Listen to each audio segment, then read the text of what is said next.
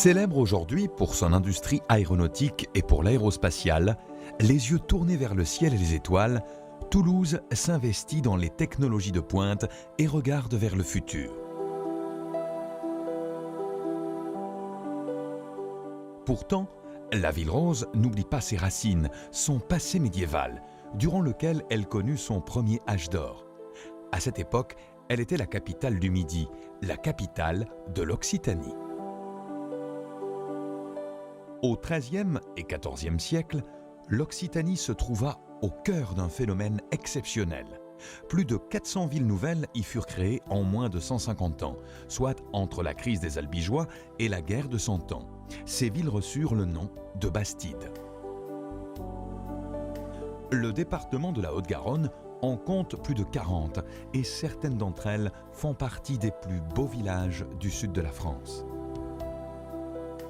Se lancer sur la route des Bastides n'est pas seulement un voyage dans l'espace, c'est aussi et surtout un voyage dans le temps, un voyage qui permet de comprendre le présent et de préparer l'avenir.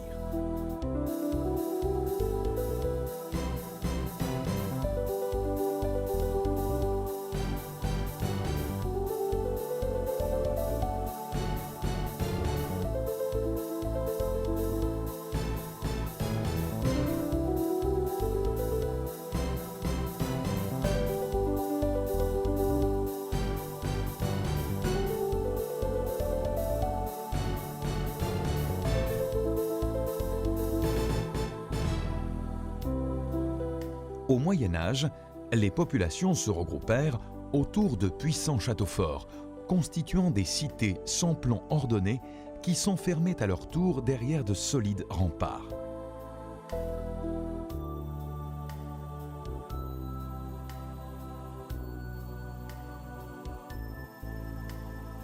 Sainte-Gabelle est ce que les historiens appellent un castrum, c'est-à-dire une ville construite autour de son château. Pour cette raison, les rues sont en pente car la ville est bâtie à flanc de colline et des escaliers ont dû être aménagés pour accéder aux rues supérieures. En 948, l'évêque de Toulouse, Hugues Ier, donna à l'un de ses clercs l'église Sainte-Gabelle, d'où provient le nom actuel de la ville.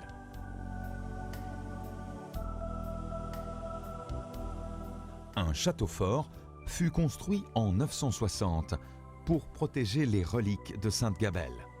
Il a été détruit sur ordre de Richelieu en 1633. Il reste aujourd'hui quelques vestiges d'une tour de guet et des remparts.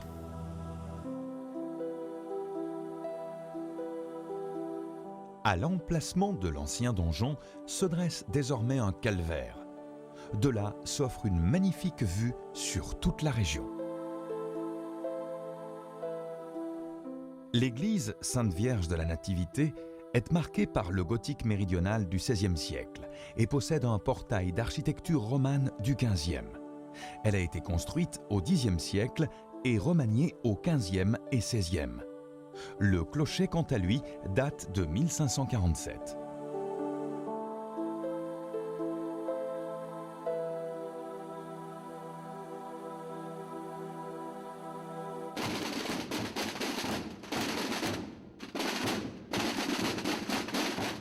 Fière de ses traditions, Sainte-Gabelle célèbre chaque année l'Occitanie au cours d'une grande fête haute en couleurs.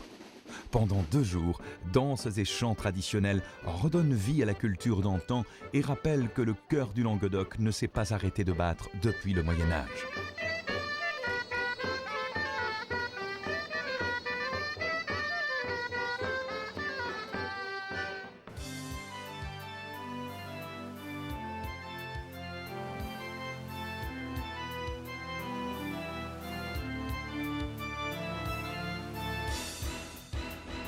Le sud du département est marqué par la chaîne des Pyrénées. À ses pieds, un monument imposant semble veiller pour l'éternité. Saint-Bertrand de Comminges est le siège de l'évêché du Comminges et domine l'emplacement d'une antique ville romaine, Lugdunum Convenarum.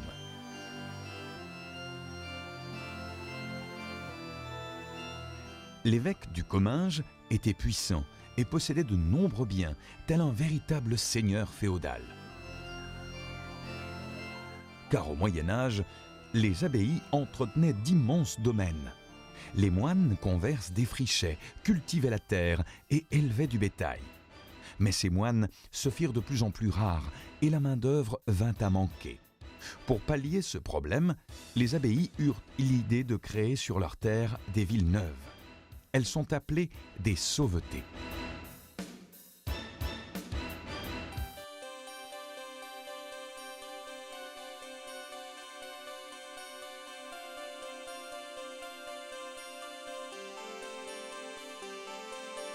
L'abbaye de Saint-Bertrand de Comminges créa ainsi la sauveté de Hallan au XIe siècle.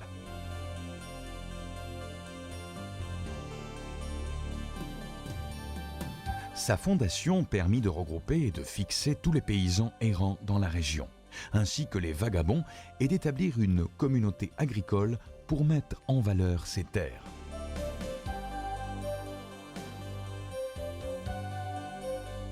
L'Église offrait aux nouveaux habitants de nouvelles libertés et surtout sa protection, la paix de Dieu. La sauveté était un lieu inviolable et quiconque rompait la paix de Dieu risquait la pire des sanctions, l'excommunication.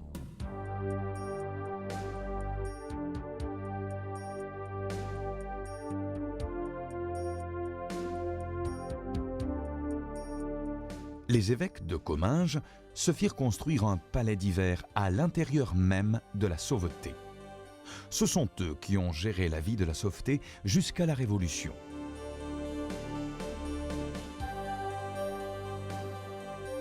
Dans la seconde moitié du XVe siècle, l'un d'entre eux, Jean de Foix de Béarn, ayant un goût prononcé pour les belles choses, y ajouta quelques modifications. Il fit bâtir la tour d'angle et son escalier monumental.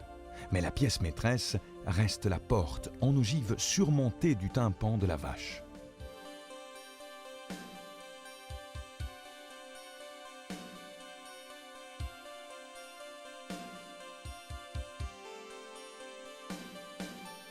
La vache était un emblème de la famille de Jean de Foix de Béarn et de sa région renommée pour ses bovins.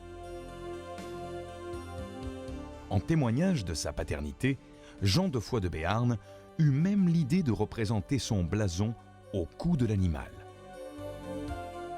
L'église Notre-Dame de la Nativité fut le point de départ de la création de la sauveté. Elle a été construite à peu près à la même époque que le palais et donne directement sur la place du village. La façade et le clocher datent du XIVe siècle. L'église d'Hallan est sans doute l'une des premières églises de type gothique méridional.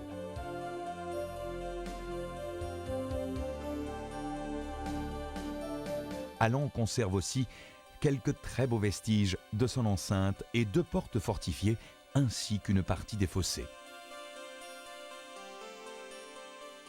Au XVIIIe siècle, l'évêque Gabriel Olivier de Lubière de Bouchet décida de fonder, avec ses propres ressources, un hôpital près de la chapelle Notre-Dame de Lorette, lieu de fréquents pèlerinages et d'offrandes. De nos jours, Notre-Dame de Lorette est devenue un gîte de caractère et de charme.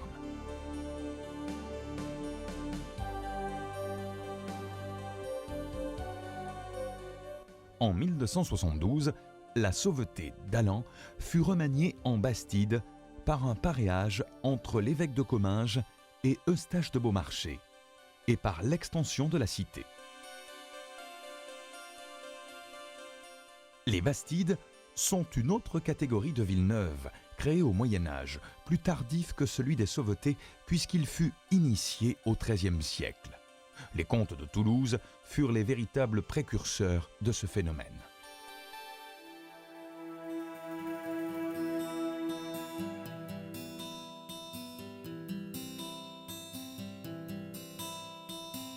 Pour bien comprendre l'histoire de la région, il est indispensable de visiter la ville de Toulouse.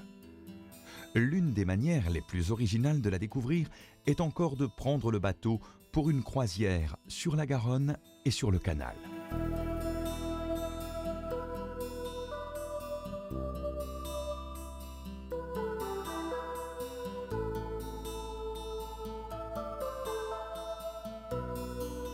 Au XIIe siècle, Toulouse était la capitale d'un immense territoire qui s'étendait de la Garonne jusqu'au Rhône. Cette région se distinguait par une langue et une civilisation particulières, à tel point qu'elle fut désignée sous le nom de Languedoc, par opposition à la langue d'Oï du nord de la France.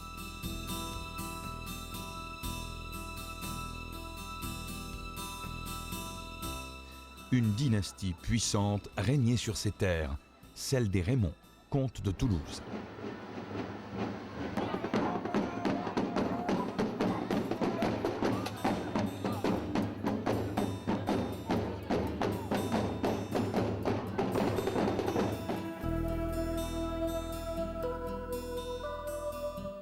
La ville se couvrit de monuments impressionnants, dont elle conserve quelques chefs-d'œuvre remarquables.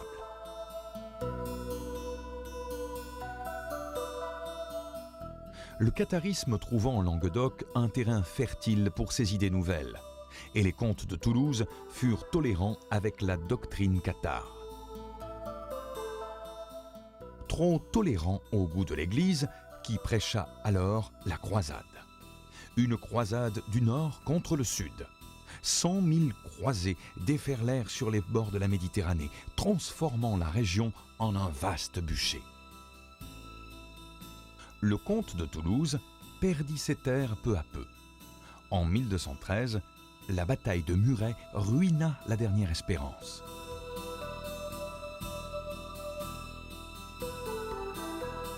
Le traité de Meaux, ratifié à Paris le 12 avril 1229, laissait à Raymond VII ses domaines à condition de se soumettre au roi.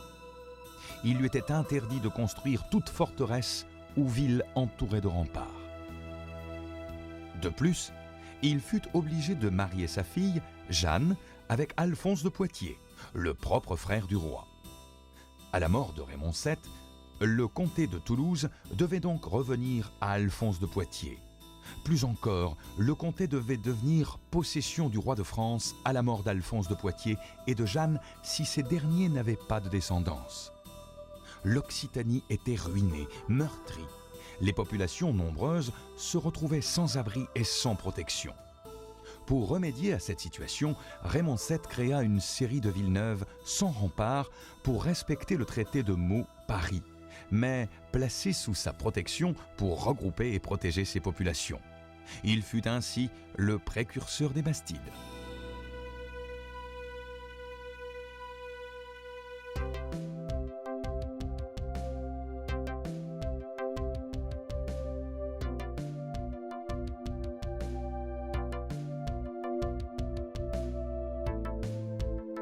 Montesquieu-Volvestre est l'une des plus caractéristiques de la région. La création d'une bastide résultait d'un véritable contrat, le paréage. Il était conclu entre deux parties, d'un côté le fondateur de la ville, roi ou grand seigneur féodal, de l'autre le propriétaire des terrains.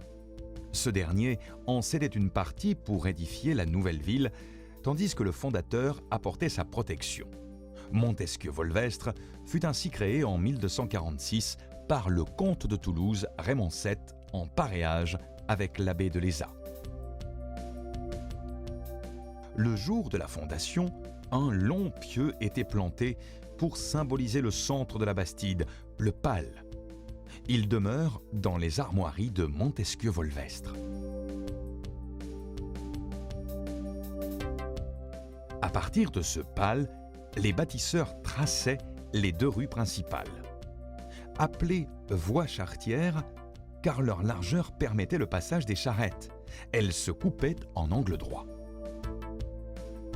À partir de ces deux rues principales, les géomètres de l'époque traçaient ensuite les rues secondaires ou rues traversières qui coupaient les rues principales, elles aussi en angle droit.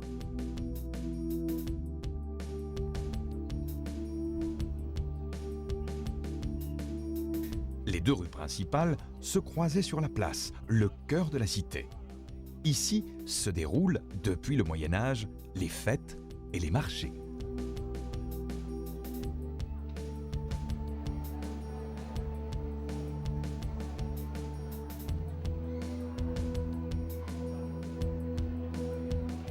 La fondation d'une bastide avait d'abord une vocation économique et financière, avant d'être politique ou stratégique. La tenue du marché et l'exercice des activités artisanales donnaient lieu au paiement de nombreuses taxes, source de revenus importants pour les fondateurs. Les piliers en bois d'origine furent remplacés par des piliers en pierre au XVIIIe siècle.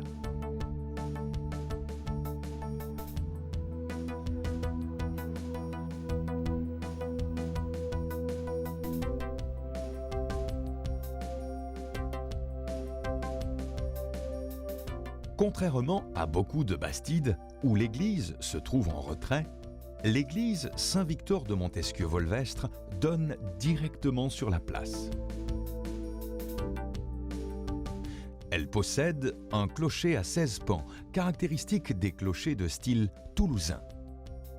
L'église est fortifiée car, au Moyen-Âge, elle participait au système défensif de la bastide, avec son chemin de ronde à créneaux et ses tours carrées à chacun de ses angles. L'église s'élevait en effet sur la partie la plus vulnérable des murs de la ville, là où la rivière de la Rise ne la doublait pas de son profond fossé naturel. Elle fut construite en même temps que la bastide. Elle fut endommagée et son portail ruiné lors de la prise de la ville par les troupes du comte d'Armagnac en 1376. Le portail actuel, de style Renaissance, date de 1550.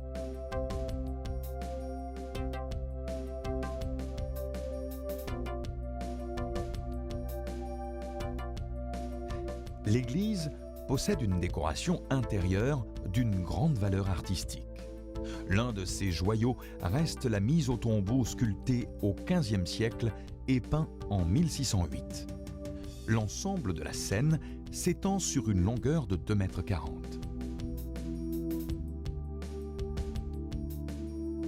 L'église Saint-Victor abrite aussi un certain nombre de tableaux, dont la déposition de croix de Girodet de Coucy, l'artiste préféré de Chateaubriand, exposé au musée du Louvre puis aux États-Unis. Ce tableau fut de retour à Montesquieu-Volvestre en 2007. Plusieurs moulins à eau existaient autrefois. Ils furent cependant emportés par d'importantes crues de la rivière. Aujourd'hui, un seul fonctionne encore, témoignage rare et poignant d'un passé révolu.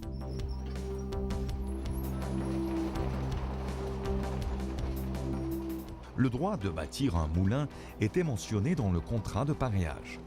Sa fonction première était de concasser et de réduire en farine n'importe quel type de grain de céréales.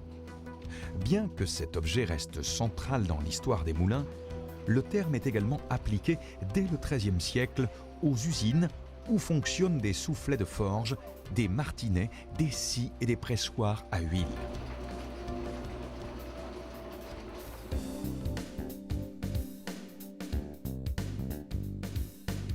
Les cours d'eau étaient au Moyen Âge les meilleures voies de communication et les plus sûres aussi. Ainsi, de nombreuses bastides furent établies près des rivières ou des fleuves. Grenade dut son développement rapide à la proximité de la Save et de la Garonne. La bastide conserve un pont gothique de briques rouges construit au XIVe siècle entre l'hospice Saint-Jacques et le moulin sur la Save.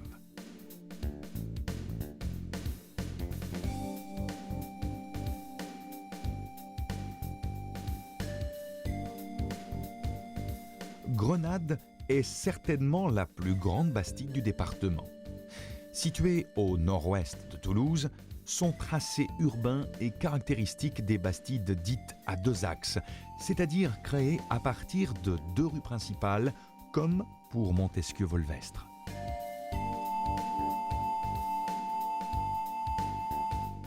En 1271, à la mort sans descendance d'Alphonse de Poitiers et de sa femme Jeanne, le roi de France, Philippe le Hardi, réunit le Languedoc à la couronne de France comme le prévoyait le traité de Paris de 1229.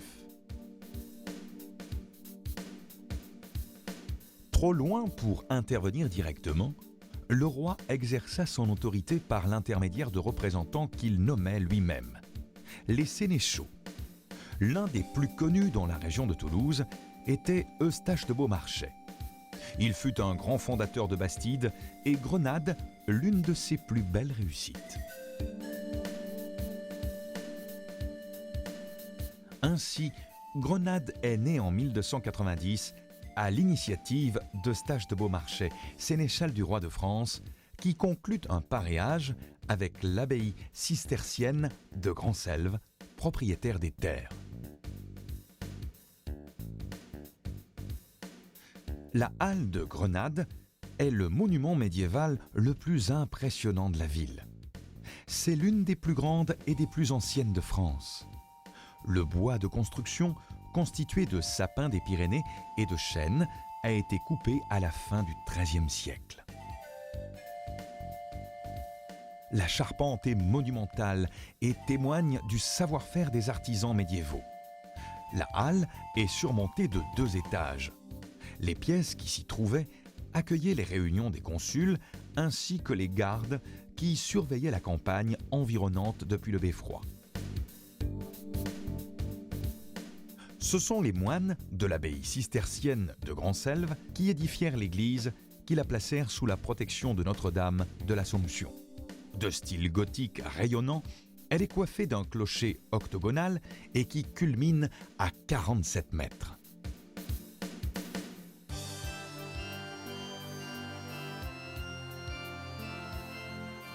Comme celle de Grandselve, les abbayes ont participé activement à la création de nombreuses bastides. Au sud du département, l'abbaye de Bonnefond a été fondée en 1136.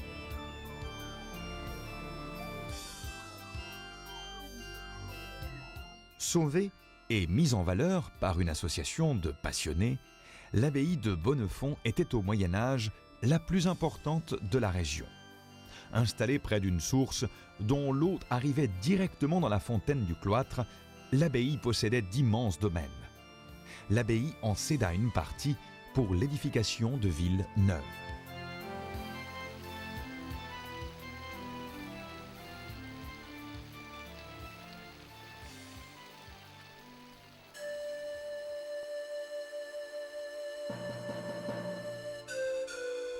Le plus ancien document mentionnant le nom de Carbone date de 1145.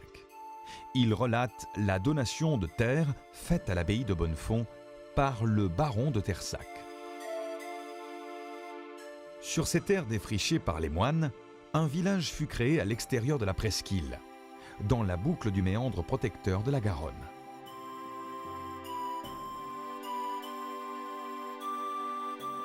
En 1244, les troupes de Simon de Montfort ruinèrent le village naissant. Il ne reprit vie qu'en 1256, lorsque fut construite la première bastide par un contrat de paréage entre l'abbaye de Bonnefond et Alphonse de Poitiers. De l'église dédiée à Saint-Laurent subsiste encore le clocher Pignon et la tour à laquelle il s'adosse.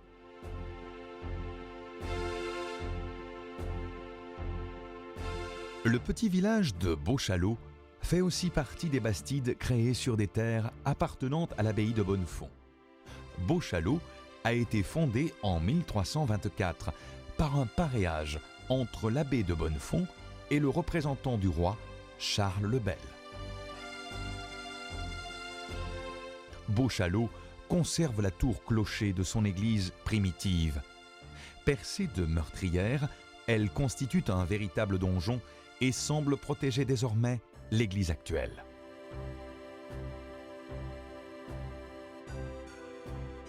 Au cœur du Piémont pyrénéen, la bastide de Boulogne-sur-Gesse est une autre création d'Eustache de Beaumarchais par un paréage en décembre 1283 avec l'abbé Taillefer. La ville neuve conserve peu de vestiges de son passé médiéval.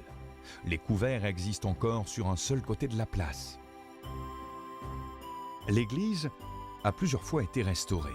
Mise en place en 1891, la flèche de son clocher atteint les 60 mètres de hauteur.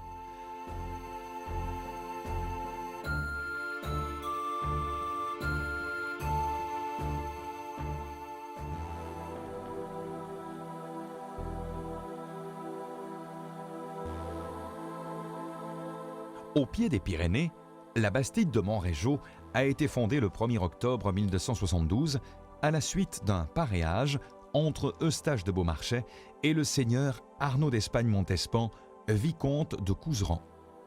Pour le roi, la création de Monréjeau était un moyen d'affirmer son autorité face aux comtes de Foix. La bastide possède toujours sa grande place, entourée des cornières ou en bancs. Ces passages en galerie permettaient de protéger les habitants des intempéries.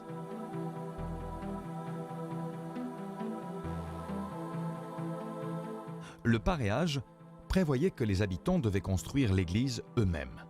Ce fut chose faite moins de 30 ans après la fondation de la ville. L'église Saint-Jean-Baptiste possède des murs du XIIe siècle et un portail du XIVe.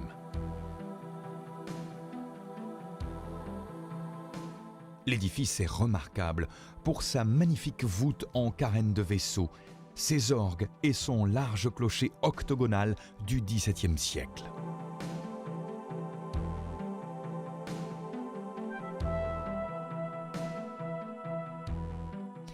La charte de coutume de Monréjeau est très avantageuse pour les habitants, car le peuplement de la Bastide se fit très rapidement. Moins de 2 ans après la création de la ville neuve, celle-ci comptait déjà une centaine d'habitants et environ 400 en 1330.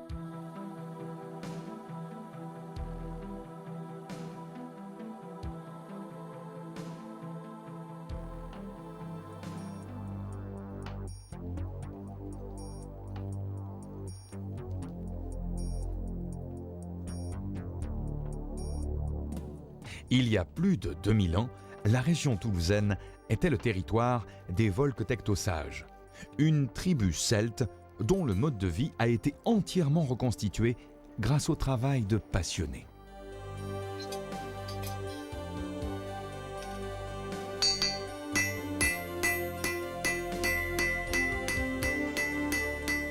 Au sud du département, l'archéosite de Saint-Julien présente dans ses moindres détails la vie quotidienne de nos ancêtres entre les années 450 et 52 avant Jésus-Christ. 9 ans de travaux furent nécessaires pour construire ce village de 20 bâtiments ceinturés de fossés et d'une porte fortifiée.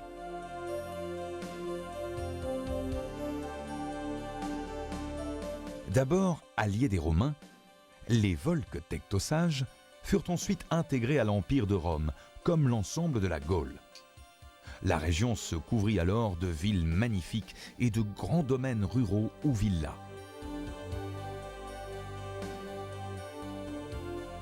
Avec les invasions barbares, s'ouvrit une longue période d'insécurité. Les populations quittèrent les villes et se réfugièrent dans les forêts, échappant à tout contrôle. L'activité économique et le commerce déclinèrent. Économie et démographie ne connurent un nouveau développement qu'après l'an 1000. Le début du mouvement de création des villes neuves.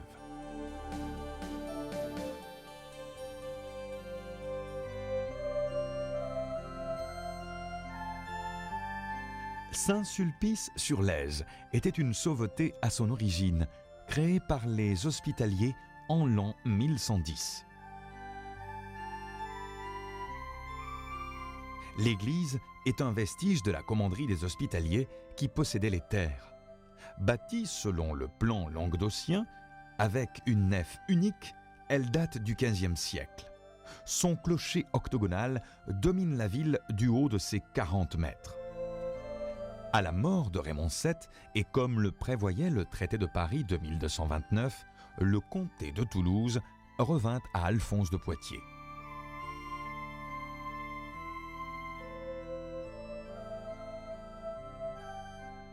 Le nouveau comte de Toulouse entreprit alors la création de très nombreuses bastides dans le sud-ouest de la France. Elle devait asseoir l'autorité du roi dans une région longtemps hostile à son pouvoir.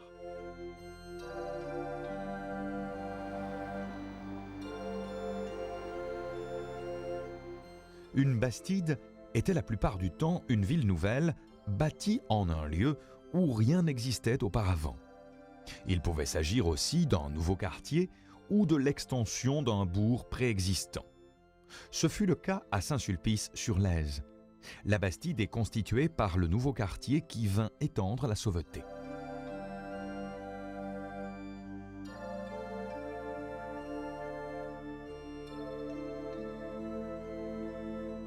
Les Hospitaliers firent appel pour cela à Alphonse de Poitiers, à qui ils cédèrent les terres et avec qui ils conclurent un paréage en 1257.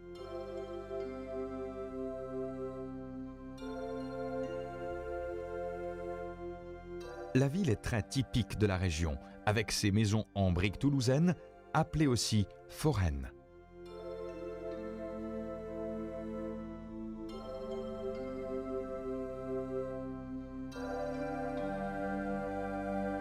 Les couverts bordent la place, mais aussi les rues principales et quelques rues traversières. Dans la plupart des bastides, ces passages en galerie ont été détruits pour permettre la circulation automobile. Celles de Saint-Sulpice sont donc exceptionnelles.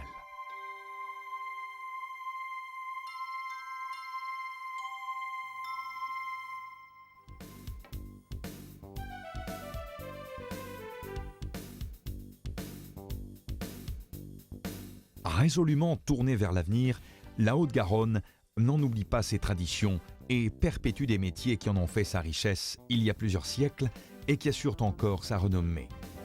Il en est ainsi de la production faïencière qui ne s'est jamais interrompue depuis le XVIIIe siècle dans la région de Martre-Tolosane. Aujourd'hui, la méthode de fabrication reste inchangée. Les faïenciers utilisent l'une des plus anciennes techniques de cuisson, le grand feu, qui consiste à cuire la pièce de faïence à une température allant de 900 à 1000 degrés. Chaque pièce est unique, mais les décors sont très nombreux et très variés. Les industries de pointe ne font donc pas oublier que l'artisanat, et en particulier l'artisanat d'art, fait toujours la renommée du Midi toulousain. Cette tradition artisanale était importante également au sein des bastides. Créée afin de favoriser les échanges économiques et le commerce, la concentration de population au sein de nouvelles agglomérations entraînait la création de nombreuses activités économiques.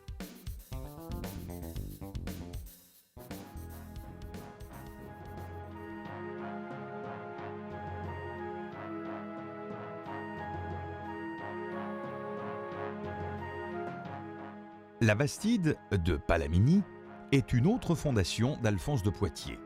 Créée en 1260, elle conserve de son passé médiéval son château fort du XIIIe et XIVe siècle, remanié au XVIe et situé à l'angle de la ville. Il était intégré dans l'enceinte fortifiée qui protégeait la bastide.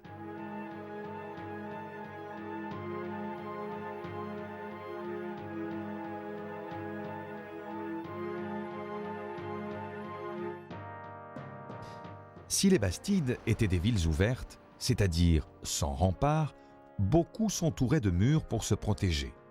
Ces derniers étaient généralement élevés par les habitants eux-mêmes quelques années après la fondation de la cité.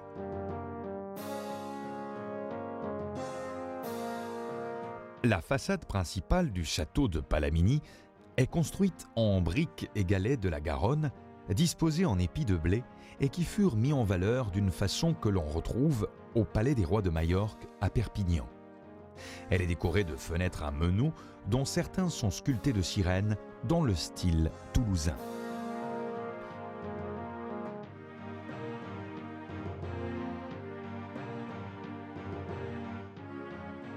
Le château est aujourd'hui une résidence de charme qui propose des vacances inoubliables dans un cadre luxueux et raffiné. La chapelle du village est ornée du côté de la cour du château d'une fine fenêtre gothique à arc géminé et son clocher-mur traditionnel est classé.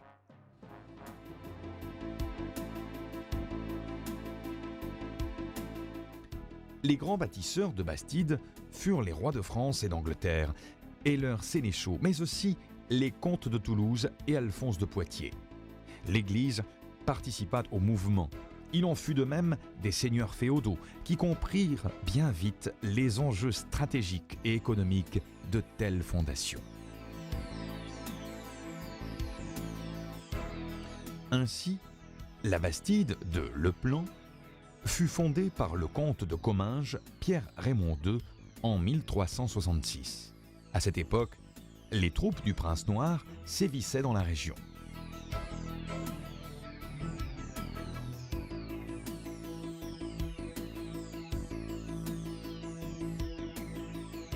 Le comte de Comminges décida alors de fonder la Bastide et l'entoura de solides remparts. L'église, elle-même fortifiée, y joua un rôle déterminant. Son clocher surmonté de 2 tours carrées en saillie est dominé par un dispositif de créneaux et de merlons. Ce poste de guet permettait de surveiller toute la région.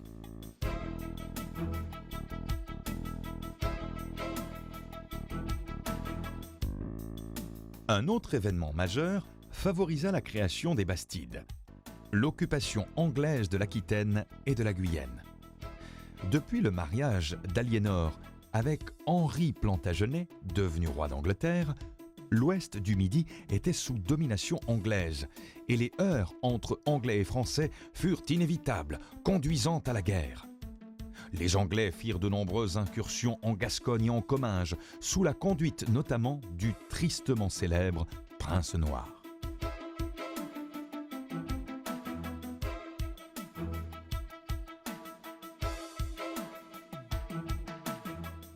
Le clocher de l'église de Le Plan est l'un des rares de la région du Comminges à être de type mur à créneaux en pierre de taille.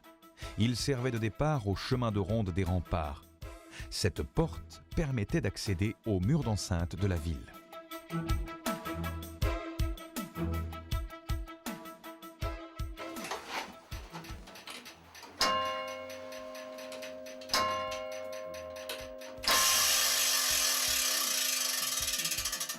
L'ancien mécanisme de l'horloge est toujours en place et fonctionne. Les seigneurs féodaux laïcs comprirent les avantages qu'ils pouvaient tirer de ce phénomène exceptionnel des Bastides. Pour eux, la fondation d'une ville neuve obéissait la plupart du temps à des préoccupations stratégiques.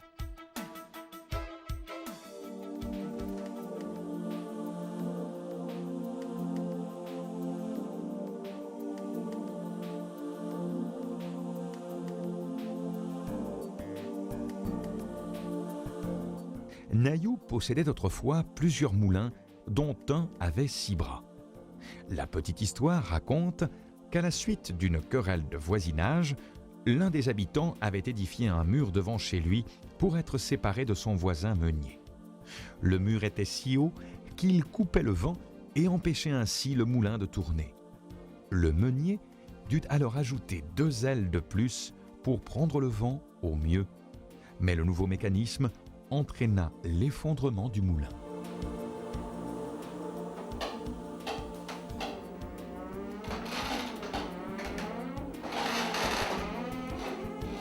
Au début de ce siècle, la municipalité a décidé de reconstruire le moulin à l'entrée de la ville en surplomb de l'autoroute.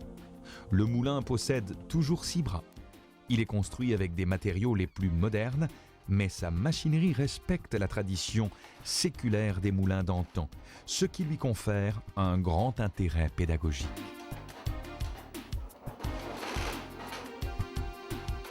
Des collines très allongées, appelées serres, convergent à Nailloux, en déterminant 2 bosses de même altitude où s'est fixé un habitat à l'époque gallo-romaine. Entre les 2 noyaux élevés, un chemin devenu la rue de la République, dans l'agglomération actuelle, séparait les 2 collines. Le quartier le plus ancien est celui du vieux fort du XIIIe siècle avec la porte nord, la place de l'église et l'église. Il n'était pas entouré de murailles, mais par de simples fossés. L'église de Nayoux est un très bel édifice du XVIe siècle. Une église du pastel avec à l'intérieur des panneaux d'albâtre, un autel en marbre de Cône et des stalles remarquablement sculptées provenant de l'abbaye de Boulbonne à Sainte-Gabelle.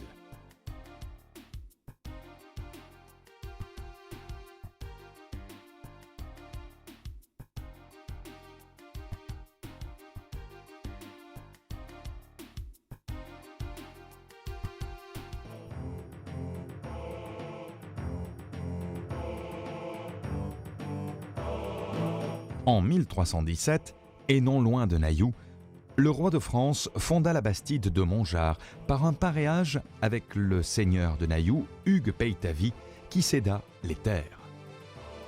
La bastide conserve une très belle église fortifiée. Son clocher-mur est très caractéristique de la région. Le clocher est formé par une mince paroi ajourée d'arcades. Les époques ultérieures emploieront également ce type de clocher qui est le plus économique, le plus fragile aussi, puisque aucun support n'en assure le maintien.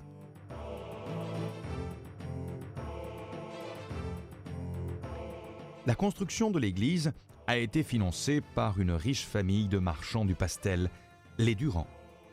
Car Montgeard était au XVIe siècle entouré de guèdes, la plante d'où était extraite la teinte bleue qui fit la renommée et la richesse de la région.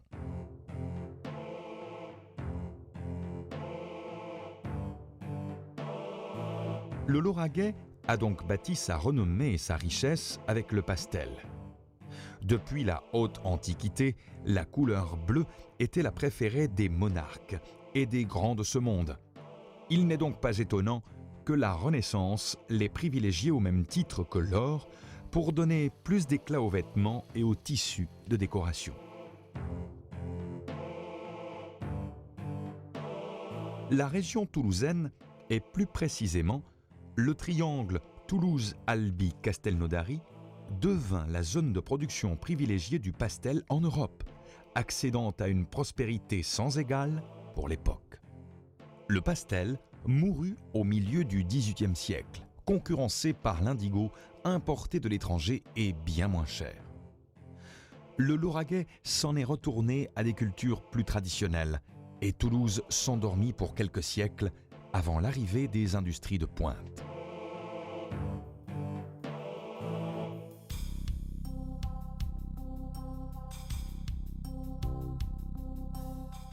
Ancien castrum des seigneurs de Trincavel, Saint-Félix de Lauragais fut détruit pendant la croisade des Albigeois par les troupes de Simon de Montfort.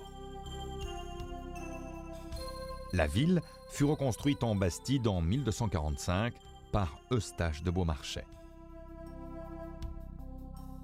Situé au sommet d'un promontoire, le village appartient à la catégorie des bastides de hauteur, parce que établi en haut d'une colline pour des raisons stratégiques. Au cœur de la vieille ville, le château, forteresse des XIIe et XIIIe siècles, avec son donjon, avait accueilli le premier concile cathare en 1167. La collégiale du XIVe abrite un jeu d'orgue datant de 1782.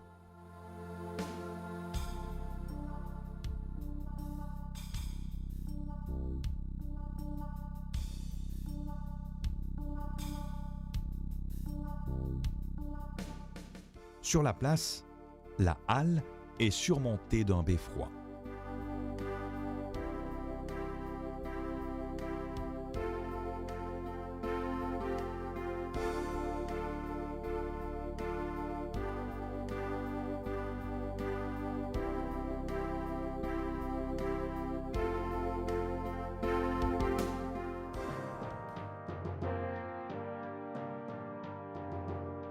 Villefranche de Lauragais est la dernière création d'Alphonse de Poitiers. Fondée en 1267, la bastide possède un tracé urbain très caractéristique. Aujourd'hui, le monument le plus impressionnant est l'église avec son clocher-mur du XIIIe siècle.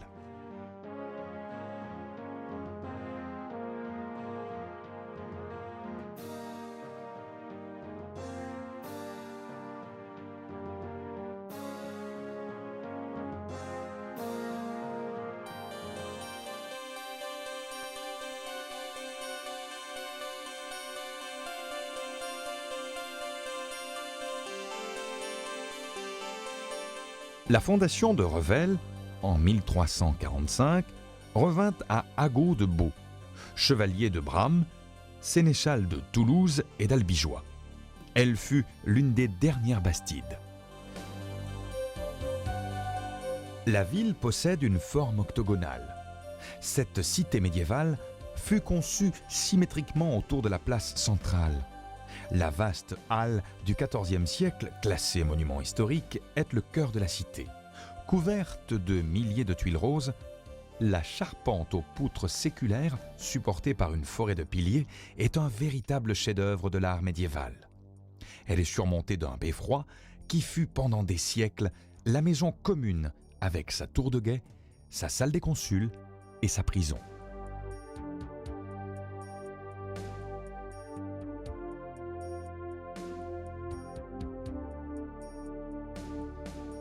Depuis la fin du XIXe siècle, Revel représente la plus grande concentration française d'artisans spécialisés dans le mobilier d'art.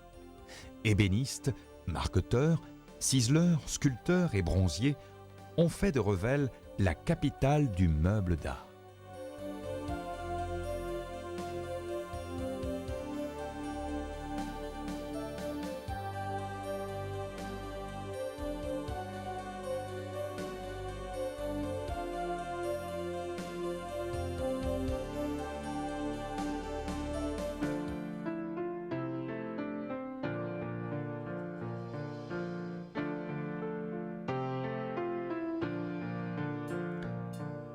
Fondée en 1280, la bastide de Senlis est une autre création d'Eustache de Beaumarchais, en pareage avec l'abbaye de Gimont dans le Gers. Saint-Julien d'Aubel était le nom du bourg originel antérieur à la création en 1280 de la bastide de Senlis. Ce noyau urbain occupait le point culminant du centre historique de la commune, l'actuelle rue du Fort. L'aile occidentale de la mairie, au débouché sud-ouest de cette rue, fut bâtie à l'emplacement de la maison forte du village.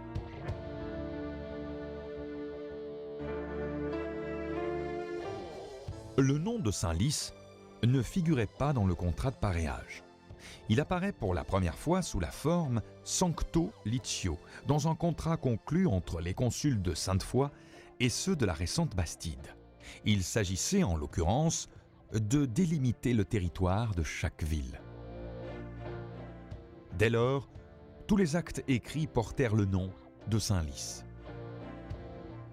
Senlis représente la parfaite illustration d'un développement réussi associant développement économique et démographique et respect des traditions ainsi que du caractère urbain propre à son histoire.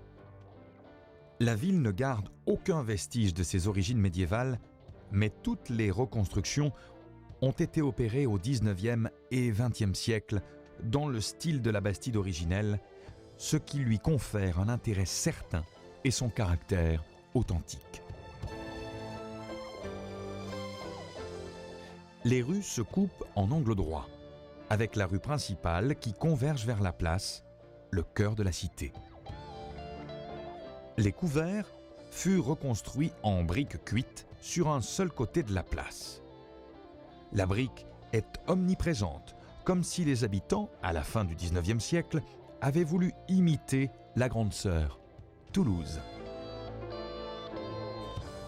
La halle fut également reconstruite à l'emplacement exact de la halle d'origine, jugée vétuste et trop petite. Le nouvel édifice est une prouesse technique, car il ne repose sur aucun pilier central. La charpente est suspendue avec des câbles métalliques. L'église de Senlis fut elle aussi reconstruite. L'ancienne s'étant effondrée en 1877. Le nouvel édifice religieux est remarquable pour sa décoration intérieure, dont les peintures sont l'élément central. Elles représentent la vie de Saint Julien.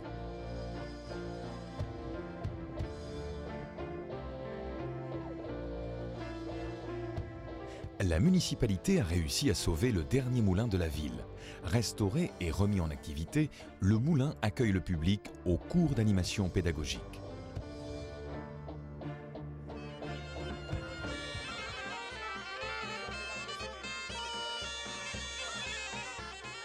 Comme pour son moulin, Saint-Lys est très attaché à ses traditions et aux traditions occitanes. La fête de la Catinou est l'une des plus originales et pittoresques qui soit. Née de l'imagination féconde d'un auteur aveyronnais, Charles Mouly, Catinou et Jacouty sont les Laurel et Hardy du Sud-Ouest.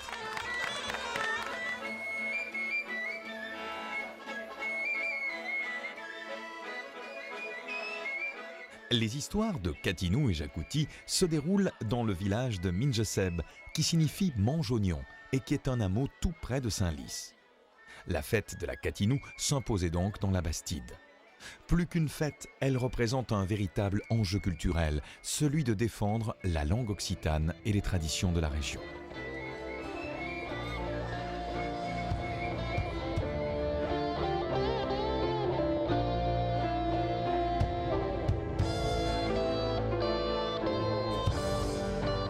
« Il faut avoir des racines pour avoir des fleurs », disait Charles Mouly. Il voulait ainsi faire comprendre que l'avenir se construit sur le passé. Il est impossible de construire l'avenir de la région toulousaine et plus largement du Grand Sud-Ouest sans connaître l'histoire des Bastides. Les Bastides sont un élément culturel incontournable. Elles sont les gardiennes des traditions régionales et en même temps l'incarnation d'un changement social sans pareil dans la société médiévale.